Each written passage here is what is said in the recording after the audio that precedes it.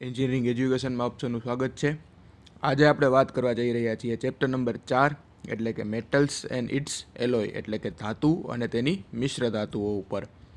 હવે આજે આપણે વાત કરીએ તો જ્યારે પૃથ્વીના પેટાળમાંથી આપણે કોઈ પણ ખનિજ તત્વ બહાર કાઢીએ, આયન ઓર બહાર કાઢીએ, તેને આપણે ફાઇનલ આપણી રિક્વાયરમેન્ટવાળી જે પ્રોડક્ટ છે તેમાં કન્વર્ટ કરવાની અલગ અલગ આખી આપણે પ્રોસેસ હોય. તો હવે આમાં આ ચેપ્ટરમાં આપણે જોવાનું છે કે ભાઈ તે આપણા ઉપયોગમાં જે વસ્તુ માટે આપણે જેવી વસ્તુ જોઈએ છે, જે ધાતુ આપણે ઉપયોગમાં લેવાની છે, તે ધાતુ કેવી હોવી જોઈએ, તે કઈ રીતના નક્કી થાય અને તે ધાતુ કઈ રીતના આપણે બનાવી શકીએ, કઈ રીતની ધાતુ આપણે મેળવી શકીએ. તો એ વાત આપણે આ ચેપ્ટરમાં કરવાની છે. તો આપણે આગળના આનો પ્રશ્ન જોઈએ. અને મિત્રો પહેલાં કહ્યું કે આપણે આ જે વિડીયો જે બનાવેલો છે તે ખાલી સમજ પૂરતો બનાવેલો છે. આમાં વિવિધ પ્રકારના MCQs મેં નથી લીધેલા, આમાં જસ્ટ ખાલી ટોપિક્સ બધા કવર કરેલા છે. હવે MCQ વાળો જે વિડીયો આવશે તે પાર્ટ 2 જે આવશે તે MCQ વાળો વિડીયો આવશે, અને પ્લસમાં તેમાં ડિટેલમાં બધી વસ્તુ MCQમાં કઈ કઈ રીતના પૂછાઈ શકે તે હશે. કારણ કે આ ચેપ્ટરમાં આપણે જોઈએ તો આ ચેપ્ટરમાં કોઈ નક્કી ના કરી શકે કે ભાઈ ક્યાંથી કયો પ્રશ્ન MCQમાં નીકળી શકે છે. તો તે માટે આપણે દરેક ટોપિક બધા કવર કરવા ખૂબ જ જરૂરી છે. તો આપણે આગળની સ્લાઇડ જોઈએ. Classification of metals. તો કે ભાઈ ધાતુઓનું વર્ગીકરણ કઈ રીતના કરી શકાય? તો કે 3 રીતના. પહેલાં ferrous metal which is having a ferrous iron, કે ભાઈ જેમાં ધાતુમાં ફેરસ આયનનું પ્રમાણ રહેલું હોય તેને શું કહેવાય? ફેરસ મેટલ કહેવાય. Non ferrous metal which is not having an ferrous iron, કે ભાઈ આયનનું પ્રમાણ જે ધાતુમાં ના રહેલું હોય, એટલે કે ધાતુઓ અને અધાતુઓ. અને ત્રીજું આવે મિશ્ર ધાતુઓ, alloy metal which is having ferrous and non ferrous metal both, કે ભાઈ આયનિક અને અનાયનિક બે ધાતુઓનું જેમાં સમિશ્રણ રહેલું હોય તેવી ધાતુઓને કેવી કહેવાય? એલોય મેટલ કહેવાય, એટલે કે મિશ્ર ધાતુ કહેવાય. તો 3 વસ્તુ થઈ. સૌથી પહેલાં આગળની સ્લાઇડ જોઈએ. Production of iron and steel. હવે આ આખો ડાયાગ્રામ સમજવો ખૂબ જ જરૂરી છે કે કઈ રીતના આપણે જે અત્યારના ધાતુઓનો ઉપયોગમાં લઈએ છીએ તે કઈ રીતના બને છે, તે કઈ રીતની પ્રોસેસમાંથી પસાર થઈને આવે છે. તો આપણે સૌથી ઉપર જોઈએ તો કે આયન ઓર્સ ફ્રોમ આયન માઇન્સ, એટલે કે જે ખાણ ખનિજ જે હોય આપણે કે એમાંથી આપણે આયન ઓર્સ એટલે કે પેટાળમાંથી જે અશુદ્ધ ધાતુઓ આપણે કાઢવાના છે તેના ઓર્સ, જેને આપણે કહી શકીએ કે ભાઈ રો મટીરિયલ આપણું, તે આપણે કેમાંથી કાઢશું? તો કે ભાઈ ખાણમાંથી, પૃથ્વીના પેટાળમાંથી કાઢશું.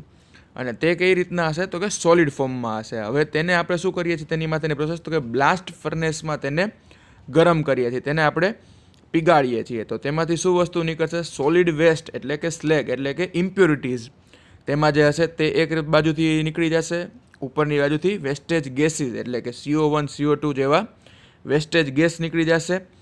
અને તે પછી જે આયનની ધાતુ આપણને મળી તેને કહેવામાં આવે પીગ આયન. આ વસ્તુ, આ જે નામ છે તે બહુ જ ખૂબ જ ધ્યાનમાં રાખવા જેવું છે. સૌથી પહેલાં આયન ઓર ફ્રોમ માઇન્સ, બીજી વસ્તુ આવે પીગ આયન. કઈ પ્રોસેસ થ્રુ? તો કે ભાઈ બ્લાસ્ટ ફર્નેસ થ્રુ. હવે પીગ આયન પ્રોસેસ જે છે, પીગ આયન જે આપણને મળ્યું એ કયા ફોર્મમાં હશે? ક્રૂડ ફોર્મમાં હશે. હવે પીગ આયનમાંથી આપણે મેળવી શકીએ કાસ્ટ આયન અને વ્રોટ આયન. તો સૌથી પહેલાં કાસ્ટ આયનનું જોઈએ. તો ભાઈ કાસ્ટ આયન આપણે જ્યારે મેળવવું હોય તો કાસ્ટ આયન આપણે કઈ રીતના મળી શકે? તો કે સોલિડ જે ઇંગોટ્સ હોય એટલે કે એના કટકા મોટા મોટા પીગ આયનના, એને ક્યુપોલા ફર્નેસમાં આપણે જ્યારે એને ઓગાડીએ અને ઓગાડીને આપણે તેનું કાસ્ટ આયન મેળવી શકીએ. બીજી વસ્તુ રહી તો કે ભાઈ રોટ આયન. તો કે રોટ આયન કઈ રીતના મેળવી શકીએ? તો કે ભાઈ જેમ આપણે તેમાં ક્યુપોલા ફર્નેસમાં કર્યું હતું, આમાં કઈ પ્રોસેસ આવે? તો કે ભાઈ પડલિંગ પ્રોસેસ. પડલિંગ પ્રોસેસમાં આપણે તેનું કરી અને રોટ આયનના ફોર્મમાં આપણે તેનું મેળવી શકીએ છીએ. અને ત્રીજી વસ્તુ આપણે તેમાંથી શું મેળવી શકીએ, જે આપણે આ ચેપ્ટરમાં ખૂબ જ ઉપયોગીમાં લેવાની છે? ત્રીજી વસ્તુ આવે સ્ટીલ, સ્ટીલ મેકિંગ ફર્નેસ. હવે સ્ટીલ કઈ કઈ પ્રકારના આવે? કારણ કે આપણે જોયું છે કે ભાઈ ઘણી અલગ અલગ પ્રકારના સ્ટીલ્સ અત્યારના માર્કેટમાં આપણે ઉપયોગમાં લઈએ છીએ. તો કયા પ્રકારના?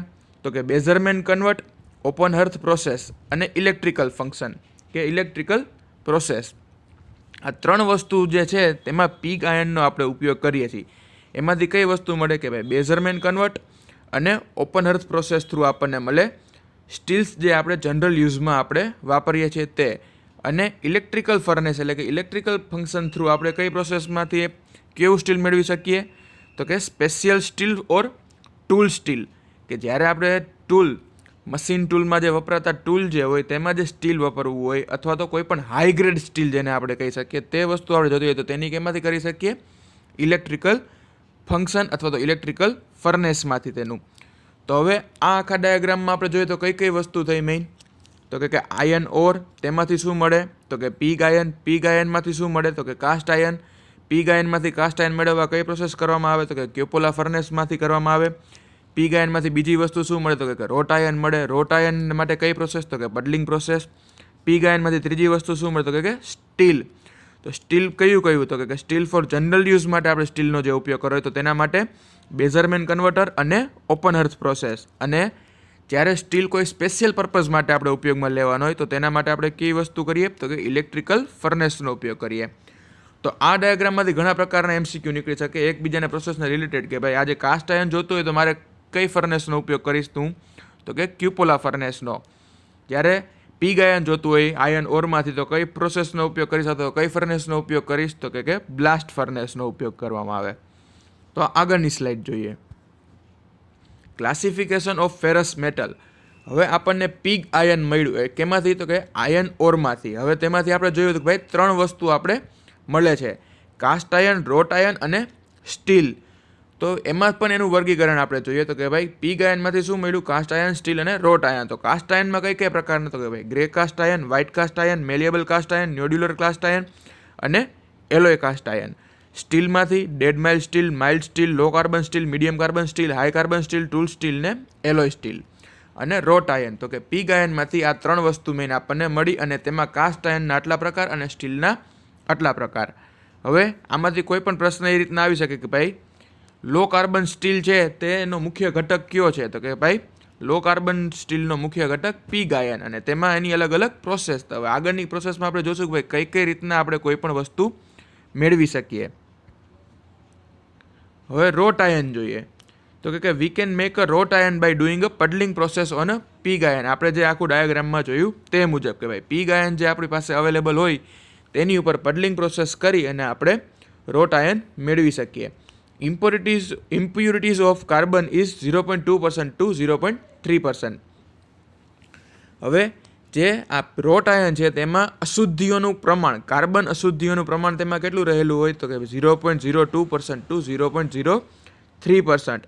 It is use for making plate, sheet, rod, blooms, billet, rivet, chain, pipe etcetera. Wrought આયનનો ઉપયોગ કઈ જગ્યાએ કરવામાં આવે છે? આ ચેપ્ટરમાંથી મિત્રો ઘણી જ વાર એવા સવાલ પૂછવામાં આવશે કે ભાઈ આ વસ્તુનો ઉપયોગ માટે કઈ ધાતુ વાપરવામાં આવે, આ વસ્તુના ઉપયોગ માટે કઈ આપણે રો મટીરિયલ ઉપયોગ કરી શકીએ. તો આ બધી વસ્તુ ધ્યાનમાં રાખવા જેવી છે કે ભાઈ making of a plate sheet એટલે કે ભાઈ જે શીટ આપણે બનાવતો હોય તેનું. રોડ એટલે જે રસ્તા નહીં પણ જે બાર આપણે તેને કહી શકીએ તે.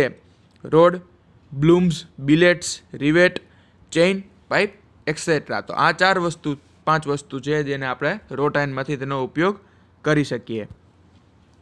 હવે આપણે કાસ્ટ આયનના અલગ અલગ પ્રકાર જોયા હતા. તો કે કાસ્ટ આયનના અલગ અલગ પ્રકાર મુજબ આપણે જોઈએ તો તેમાં ઘટક સંયોજનો અલગ અલગ આપણે ઉપયોગમાં લેતા હોઈએ છીએ, જેમ કે carbon, silicon, manganese, sulphur, phosphorus. આ બધાના અલગ અલગ પ્રમાણ પ્રમાણે આપણે કોઈ પણ કાસ્ટ આયનની અલગ અલગ ધાતુઓ, પેટા ધાતુઓ મેળવી શકીએ છીએ. તો આપણે જોઈએ કે ભાઈ ગ્રે કાસ્ટ આયન છે તો તેમાં કાર્બનનું પર્સન્ટેજ કેટલા રહેશે? 3 થી 3.75%. સિલિકોનનું પ્રમાણ કેટલું રહેશે? 1 થી 2.75%. મેંગેનીઝનું પ્રમાણ કેટલું રહેશે? તો કે 0.4 થી 1%. અને ફોસ્ફરસનું પ્રમાણ કેટલું રહેશે? 0.15 થી 1%. આ બધી ટકાવારી આપણે યાદ રાખવી જરૂરી છે. વ્હાઇટ કાસ્ટ આયન જે છે તો એમાં કાર્બનનું પર્સન્ટેજ 1.75 થી 2.3%. સિલિકોનનું 0.85 થી 1.2%. મેંગેનીઝનું 0.10 થી 0.40%. સલ્ફરનું 0.12 થી 0.35% અને ફોસ્ફરસનું 0.5 થી 0.20%.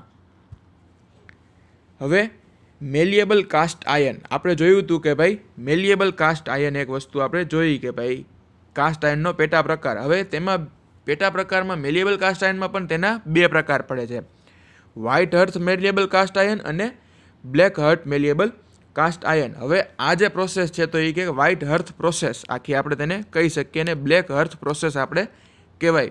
વ્હાઇટ અર્થ પ્રોસેસમાંથી જે મળે છે તેને કહેવાય વ્હાઇટ અર્થ મેલિએબલ કાસ્ટ આયન અને બ્લેક અર્થ મેલિએબલ પ્રોસેસમાંથી જે આપણને મળે તેને કહેવાય બ્લેક અર્થ મેલિએબલ કાસ્ટ આયન.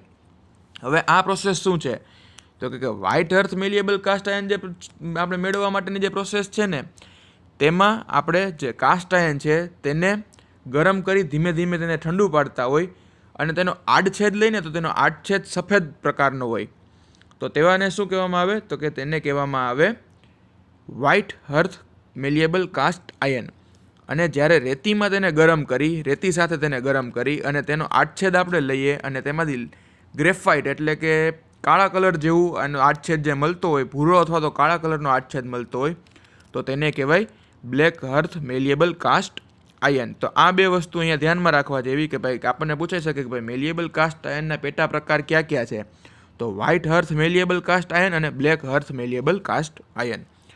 હવે તેનું આપણે જોઈએ ભાઈ કેટલા અંદર વસ્તુ કયા કયા પ્રમાણમાં હોય છે તો કે વ્હાઇટ અર્થ મેલિએબલ કાસ્ટ આયનમાં કાર્બન 3 થી 3.5%, સિલિકોન 0.4 થી 1.3%, મેંગેનીઝ 0.1 થી 0.5%, સિલિકોન 0.1 થી 0.3%, સલ્ફર 0.1 થી 0.3% અને ફોસ્ફરસ 0.1%.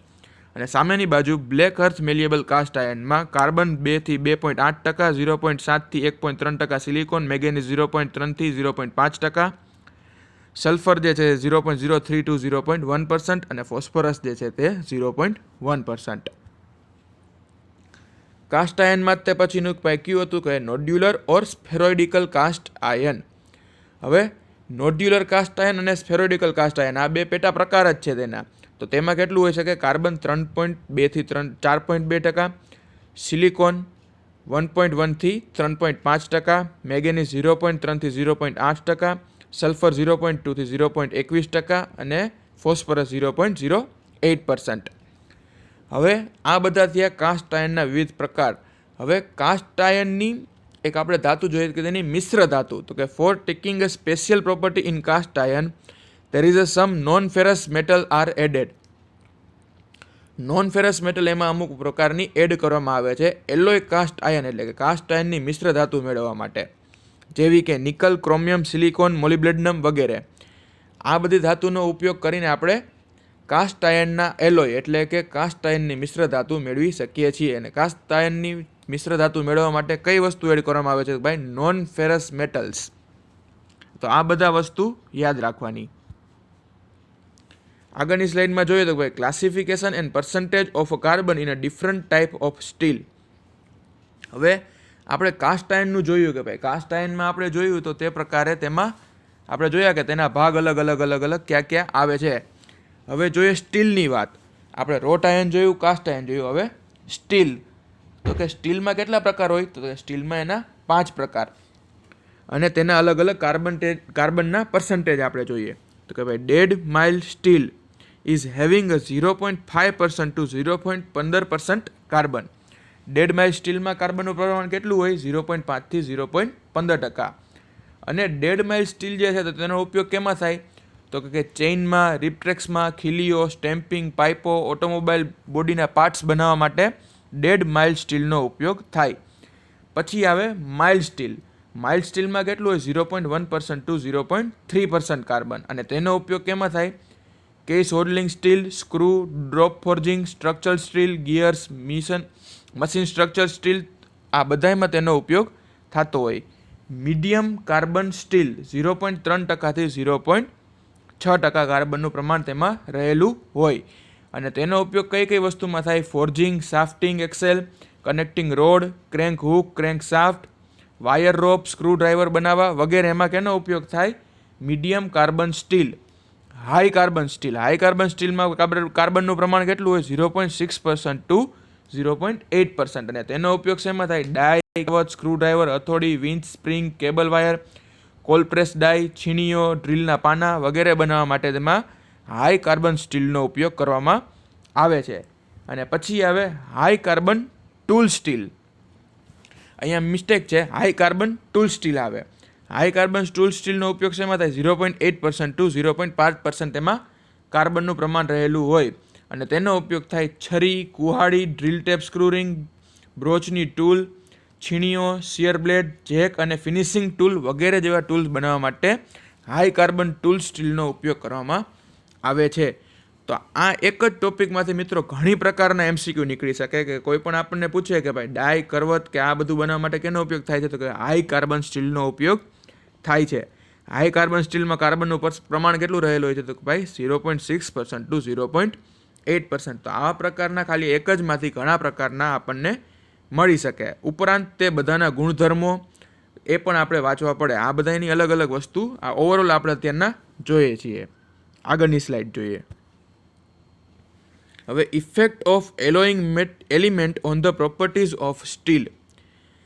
આપણે વાત કરી કે ભાઈ મિશ્ર ધાતુ બને ત્યારે આપણે અંદર જે પ્રમાણનું મટીરિયલનો ગુણધર્મ જોઈએ છીએ કે ભાઈ જે પ્રમાણનું મટીરિયલ જોઈએ છે તે પ્રકારના આપણે અલગ અલગ અંદર કોઈ પણ એલિમેન્ટ એડ કરતા હોઈએ. તો આપણે અહીંયા આમાં એ જોવાનું છે કે ભાઈ ક્યુ મટીરિયલ એડ કરતાં સ્ટીલની પ્રોપર્ટીમાં એટલે કે સ્ટીલના ગુણધર્મમાં શું પરિવર્તન આવે. તો સૌથી પહેલાં જોઈએ નિકલ. નિકલ એડ કરીએ તો શું થાય? ટેન્સાઇલ સ્ટ્રેન્થ, સ્થિતિસ્થાપકતા, ઉષ્મા અને કાટ પ્રતિરોધકતા સુધરે છે. સ્ટ્રેન્થ છે, હાર્ડનેસ વધે છે, અને સ્ટ્રેન્થ જે હોય એના કરતાં તેની હાર્ડનેસ વધી જાય. તો આ નિકલનો થયો. એ જ રીતના સિલિકોન સ્થિતિસ્થાપકતા વધે છે, વેલેબિલિટી તથા ફોર્મેબિલિટી ઘટે છે, અને ચુંબકીય ગુણધર્મો તેના વધે છે. આગળ જોઈએ તો કે મેંગેનીઝ ઘસારા પ્રતિરોધકતા વધારે છે અને હાર્ડનેસ વધારે છે. ક્રોમિયમ ટેન્સાઇલ સ્ટ્રેન્થ, હાર્ડનેસ, સ્થિતિસ્થાપકતા, ઉષ્મા અને કાટ પ્રતિરોધકતા વધારે છે. મોલિબ્ડેનમ બરડતા ઘટાડે છે, સ્ટ્રેન્થ વધારે છે અને હાર્ડનેબિલિટી વધે છે. ટંગસ્ટન હાર્ડનેસ, કાટ પ્રતિરોધકતા, મેગ્નેટિઝમ કોહેસિવ મેગ્નેટિક બળમાં વધારો કરે છે અને ગ્રેઇન રિફાઇન કરે છે. વેનેડિયમ ટફ અને મજબૂતાઈ વધારે છે, ગ્રેઇન રિફાઇન કરે છે. કોબાલ્ટ રેસિડ્યુઅલ મેગ્નેટિઝમ અને કોહેસિવ બળ વધે છે. એલ્યુમિનિયમ નાઇટ્રાઇડિંગમાં સુધારો કરે છે, ગ્રેઇન ગ્રોથ અટકાવે છે. નાઇટ્રાઇડિંગ સ્ટીલ બનાવવા માટે ઉપયોગી છે. તો આ વિવિધ પ્રકારના એના એલિમેન્ટ છે. Nickel, silicon, manganese, chromium, molybdenum, tungsten, vanadium, cobalt અને એલ્યુમિનિયમ. તો આ અલગ અલગ જે આપણા એલિમેન્ટ છે તે બધાનો ઉપયોગ કરીને આપણે વિવિધ તેના ગુણધર્મોમાં ફેરફાર કરી શકીએ છીએ. આગળની જે સ્લાઇડ છે, selection of a proper material four given parts. આમાંથી ઘણા પ્રકારના એમસીક્યુ પૂછાઈ શકે. આપણે જે આગળ વાત કરી કે ભાઈ કઈ કઈ રીતના હોય કે ભાઈ માઇલ્ડ સ્ટીલનો ઉપયોગ ક્યાં કરી શકીએ, ડેડ માઇલ્ડ સ્ટીલનો ઉપયોગ, હાઈ કાર્બન સ્ટીલનો ઉપયોગ, હાઈ કાર્બન ટૂલ સ્ટીલનો ઉપયોગ કઈ કઈ જગ્યાએ આપણે કરી શકીએ. તો આ તેના જ ઉદાહરણ છે કે ભાઈ ટેપ અને ડાય બનાવી હોય તો શેનો ઉપયોગ થાય? તો કે હાઈ કાર્બન ટૂલ સ્ટીલ અને હાઈ સ્પીડ સ્ટીલનો ઉપયોગ થાય. પ્રેસ ટૂલ બનાવવું હોય તો હાઈ કાર્બન સ્ટીલનો ઉપયોગ થાય. ડ્રીલ અને રીમર્સ બનાવવા હોય તો હાઈ કાર્બન ટૂલ સ્ટીલનો. કટિંગ રૂલ અને મિલિંગ કટર્સ બનાવવા હોય તો હાઈ સ્પીડ સ્ટીલ અને સિમેન્ટાઇડ કાર્બાઇડ્સ. રેઝર બ્લેડ બનાવવા માટે હાઈ કાર્બન ટૂલ સ્ટીલ. રસોઈના વાસણો બનાવવા માટે સ્ટેનલેસ સ્ટીલ. મેડિકલ અને સર્જિકલ ઇક્વિપમેન્ટ્સ અથવા તો ઇન્સ્ટ્રુમેન્ટ્સ બનાવવા માટે સ્ટેનલેસ સ્ટીલ. સાયકલની ફ્રેમ બનાવવા માટે મીડિયમ કાર્બન સ્ટીલ. કારની બોડી કેમાંથી બને? તો કે માઇલ્ડ સ્ટીલમાંથી. બારીની ફ્રેમ માઇલ્ડ સ્ટીલમાંથી. પ્લાસ્ટિકના મોડેલ સ્ટેનલેસ સ્ટીલમાંથી. કનેક્ટિંગ રોડ મીડિયમ કાર્બન સ્ટીલમાંથી. એરણ હાઈ કાર્બન સ્ટીલમાંથી અથવા તો white cast iron. Boring tool કેમાંથી બને? તો કે high carbon tool steel. Machine body cast iron. Rolling mill માટેના રોલર નોડ્યુલર કાસ્ટ આયર્ન. અને ખેતીવાડીના ઓજારો કેમાંથી બને? Malleable cast iron. તો આ બધા જ પ્રકારના એમસીક્યુમાં પૂછાઈ શકે કે ભાઈ પ્રેસ ટૂલ બનાવવા માટે કયા કાર્બન સ્ટીલનો ઉપયોગ કરવામાં આવે છે? તો કે ભાઈ હાઈ કાર્બન સ્ટીલનો. રસોઈના ઘરગથ્થુ ઉપયોગ માટે વાસણો કેમાંથી બનાવવામાં આવે છે? તો કે ભાઈ સ્ટેનલેસ સ્ટીલમાંથી. તો આ બધા પ્રકારના અલગ અલગ એમસીક્યુ આમાંથી નીકળી શકે. Classification of non ferrous metal. હવે અધાતુ તત્વો જેટલી છે તો તેનું વર્ગીકરણ કઈ રીતના થાય? તો કે એલ્યુમિનિયમ અને તેના મિશ્ર ધાતુ, કોપર અને તેની મિશ્ર ધાતુ, બ્રોન્ઝ અને તેની મિશ્ર ધાતુ, અને ટીન અને તેની મિશ્ર ધાતુ. આ 4 પ્રકારે અધાતુ તત્વોનું વર્ગીકરણ થાય છે. હવે એલોય ઓફ કોપર. કોપરનું કઈ કઈ રીતના મિશ્ર ધાતુ હોય? તો કે એની 2 પિત્તળ અને કાંસુ એટલે કે બ્રોન્ઝ. હવે એના અલગ અલગ પ્રકાર જોઈએ તો કે ભાઈ પિત્તળ બ્રાસમાં શું હોય? Cu plus Zn, copper plus zinc. અને એમાં ક્યાં ક્યાં હોય? તો કે ભાઈ cartridge brass, Muntz brass, naval brass, gilding brass, admiralty brass, alpha brass, alpha beta brass વગેરે. અને બ્રોન્ઝ. બ્રોન્ઝમાં gun metal bronze, phosphorus bronze, bell metal bronze, silicon bronze, lift bronze અને વગેરે. તો આ બધા એલોય ઓફ કોપર થયા. હવે એલ્યુમિનિયમ અને તેની મિશ્ર ધાતુ. એલ્યુમિનિયમની મિશ્ર ધાતુમાં કઈ કઈ આવે તો કે રોટ એલોયસ, કાસ્ટ એલોયસ, ડ્યુરેલિયમ, મેગેલિયમ, હિન્દાલિયમ ને વાય એલોય. આ બધા પ્રકાર શેના છે તો કે ભાઈ એલ્યુમિનિયમ અને એના મિશ્ર ધાતુઓના પ્રકાર છે. અને બેરિંગ મટીરિયલ્સ. બેરિંગ મટીરિયલ્સ વિવિધ કયા કયા પ્રકારના હોઈ શકે તો કે white metal, gun metal, lead base, tin base, zinc base. હવે મિત્રો જે આપણે છેલ્લી જે 3 સ્લાઇડ જોઈ કે alloy, classification of non metal, તો આમાંથી કઈ રીતના સવાલ પૂછાય છે તો કે આમાંથી અલગ અલગ સવાલ એ રીતના પૂછાઈ શકે કે આપણે આ બધાની અલગ અલગ પ્રોપર્ટીઝ પૂછાઈ શકે. પ્રોપર્ટીઝ અને તેના ઉપયોગો કે જેમ આપણે આ સ્લાઇડમાં જોયું હતું કે કઈ રીતના આવે તો કે ભાઈ રેઝર બ્લેડ કયામાંથી બનવામાં આવે તો કે હાઈ કાર્બન ટૂલ સ્ટીલમાંથી.